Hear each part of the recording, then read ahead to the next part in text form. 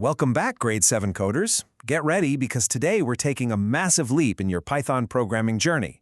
So far, we've seen how to write static code. That's the kind of code that just runs and does the exact same thing every single time. Kind of boring, right? Well, in this explainer, we're unlocking the magic of interactivity. We're finally moving from programs that just talk at you to programs that actually talk with you. And that brings us straight to our essential question for today. How can a program communicate with the user? Think about it for a second. When you play a video game or scroll through an app on your phone, you aren't just staring at a blank screen. You tap, you type, you make choices, and the app responds right back to you. So how do we teach a computer to have that kind of two-way conversation with us? How do we literally build a bridge between human and machine? Here's our quick roadmap for today's explainer. First up, talking to your computer. Then, print, input, and variables. Third, we'll hit numbers, strings, and math. Fourth is a real-world survey project. Fifth, we'll be squashing some bugs. And finally, a quick wrap-up. All right, let's dive into Section 1, talking to your computer. Before we even look at the actual code, we really need to understand that programming is just learning a new language. You're basically learning the vocabulary needed to communicate with a super literal, very obedient machine. And the first word in our new vocabulary is print. The print command is how the computer talks to you. It's a Python command that displays meaningful output to the user. Whenever you want your program to show a message on the screen, like a welcome greeting, your high score, or a math result, you use the print command. You're literally giving the computer a voice. Now, on the flip side of that conversation, we have the input command. If print is how the computer talks, well, input is how the computer listens. This command actually pauses your program, throws a blinking cursor on the screen, and just waits for the user to type something in and hit enter. It's collecting information directly from the user. Pretty cool, right? Moving right along to Section 2, print, input, and variables. Let's see how these actually work together. Okay, so we know how the computer talks and listens. But here's the tricky part. How does it actually remember what you said? That's exactly where variable assignment comes in. Creating a variable is like creating a labeled storage box in the computer's memory. When we collect data from the user with that input command we just talked about, we assign it to that variable. So imagine grabbing a box, writing username on the side with a giant marker, and dropping your actual name inside that box so the program can use it later. Next up is Section 3, numbers, strings, and math. Time to talk about data types. This is where a ton of new programmers get tripped up, honestly. Because to a computer, text and numbers are completely different species. A string is just a sequence of text characters. It could be the word hello, or it could be the symbol 5. On the other hand, we have integers, which are actual math numbers, like the number 5. To us humans, a text 5 and a math 5 basically mean the same thing. But to a computer, a string 5 is just a drawing of a shape, a curve with a little line on top. It has absolutely zero mathematical value. An integer 5, though, is a real numerical value that can be multiplied, divided, you name it. So, here is the absolutely crucial rule. Seriously, you might want to mentally highlight this. The input command always collects data as a string, no exceptions. Whenever a user types something into an input prompt, Python assumes it's just a string of text characters. Even if the user types the number 20, Python just sees the word 20, not the mathematical number 20. Remembering this one rule is going to save you so many headaches later on, I promise. And hey, speaking of math, when we do use integers to do calculations, Python needs rules to know what to calculate first.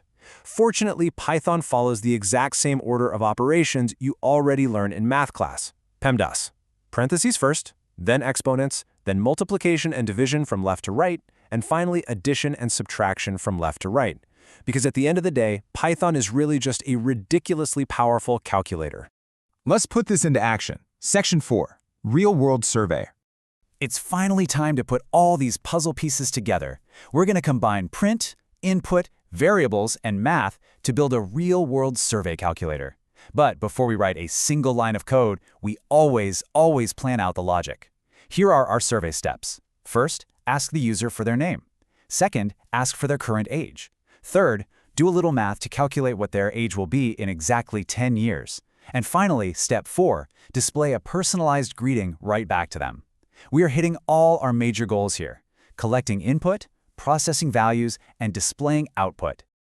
Okay, let's look at the code. This brilliantly illustrates our commands in action.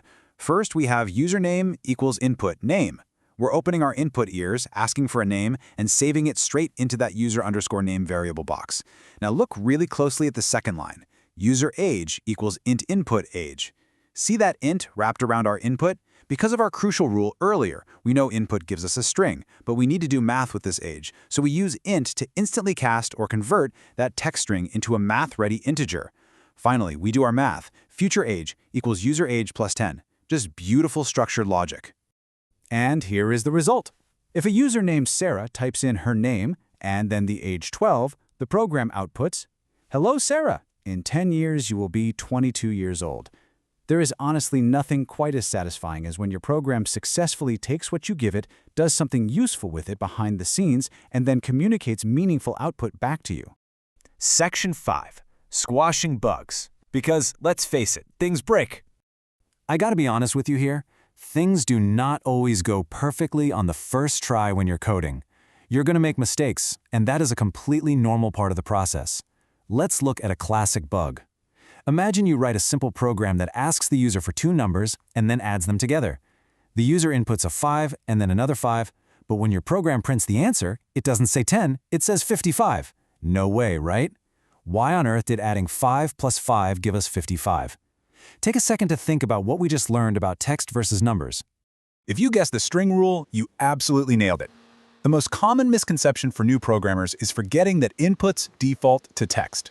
If you take the text 5 and add the text 5, Python doesn't do math. It just glues the two words together to make 55, kind of like how adding spider and man just gets you Spider-Man. The solution, just like we saw in our survey project, is to use int to cast that text into a real math-ready integer before you try to add things up. And that brings us to Section 6, Wrap Up. Let's review what we built today.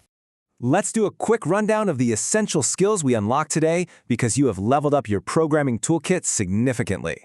1. We learned how to give our computer ears to collect data using input. 2. We've figured out how to process those values by saving them in variables and using integers for actual math. 3. We gave our computer a voice to display output using print. And 4. We learned how to test our logic and debug that super tricky string versus integer trap. You now have the fundamental tools to make your Python code genuinely interactive. Which leaves us with one final exciting question for you. Now that you know how to talk to your computer and actually make it listen and respond, what kind of interactive app do you want to build first? Maybe a quiz, a text-based game, or even a secret code generator? The possibilities are literally endless. So, grab those ideas, fire up your code editors, and start experimenting. Thanks for hanging out with me for this explainer, and happy coding!